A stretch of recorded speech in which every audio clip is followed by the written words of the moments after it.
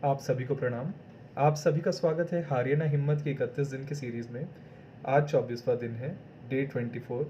आज का टॉपिक है आत्मविश्वास जागृत करो।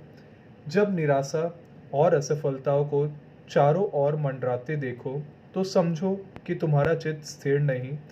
तुम अपने ऊपर विश्वास नहीं करते। वर्तमान दशा से छुटकारा नहीं हो सकता जब तक कि अपने पुराने सड़े गले विचारों को बदल न डालो। जब तक यह विश्वास न हो जाए कि तुम अपने अनुकूल चाहो जैसी अवस्था निर्माण कर सकते हो। जब तक तुम्हारे पैर उन्नति की ओर बढ़ नहीं सकते। अगर आगे भी ना संभलोगे तो हो सकता है कि दिव्य तेज किसी दिन बिल्कुल ही छिन्न हो जाए। यदि तुम अपनी वर्तमान अप्रिय अवस्था से छुटकारा पाना चाहते हो तो अपनी मानसिक निर्बलताओं को दूर भगाओ। अपने अंदर आत्मविश्वास जागृत करो। आज का टॉपिक क्या है? आत्मविश्वास को जागृत करें, है ना।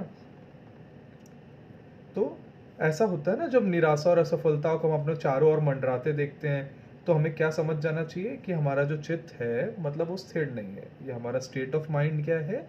वो स्थिर नहीं है ना। तुम और हम क्या है, अपने ऊपर विश्वास नहीं रखते।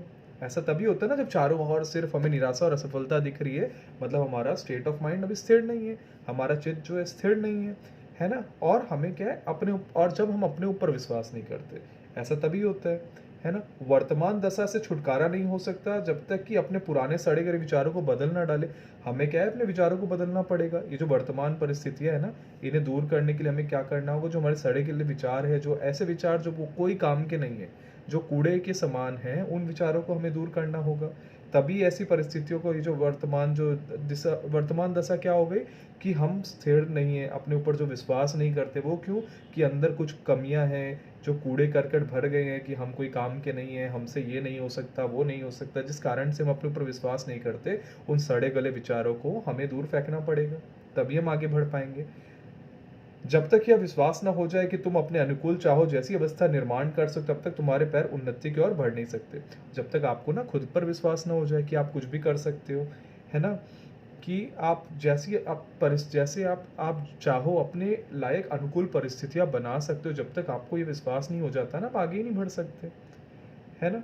और आपके पैर क्या है? उन्नति की ओर आगे नहीं बढ़ सकते। आगे आगे भी ना संभले तो हो सकता है कि दिव्य तेज किसी दिन बिल्कुल ही छिन्न हो जाए। अगर आप आगे भी नहीं समझे ना, तो हो सकता है आपके जो कार्य करने की क्षमता है या जो आपने आत्मविश्वास की शक्ति है, वो किसी दिन छिन्न ही हो जाए पूरा, और उससे आप कोई काम ना कर सको।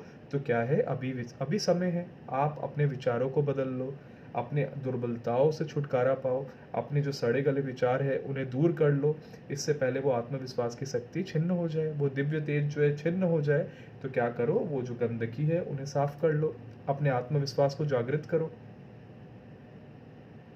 यदि तुम अपनी वर्तमान अप्रिय अवस्था से छुटकारा पाना चाहते हो तो अपनी मानसिक निर्बलताओं को दूर भगाओ, अपने अंदर आत्मविश्वास जागृत करो।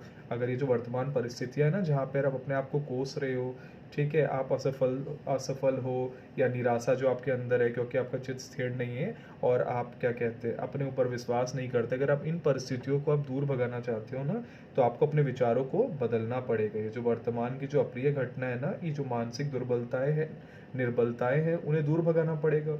जब तक आप अपने ऊपर आत्मविश्वास जागृत नहीं करोगे, आप अपने लिए फेवरेबल सिचुएशंस बना ही नहीं पाओगे, क्योंकि आपका दिमाग सिर्फ यही चलता रहेगा कि आपसे कुछ नहीं हो सकता या आप कुछ कर ही नहीं सकते।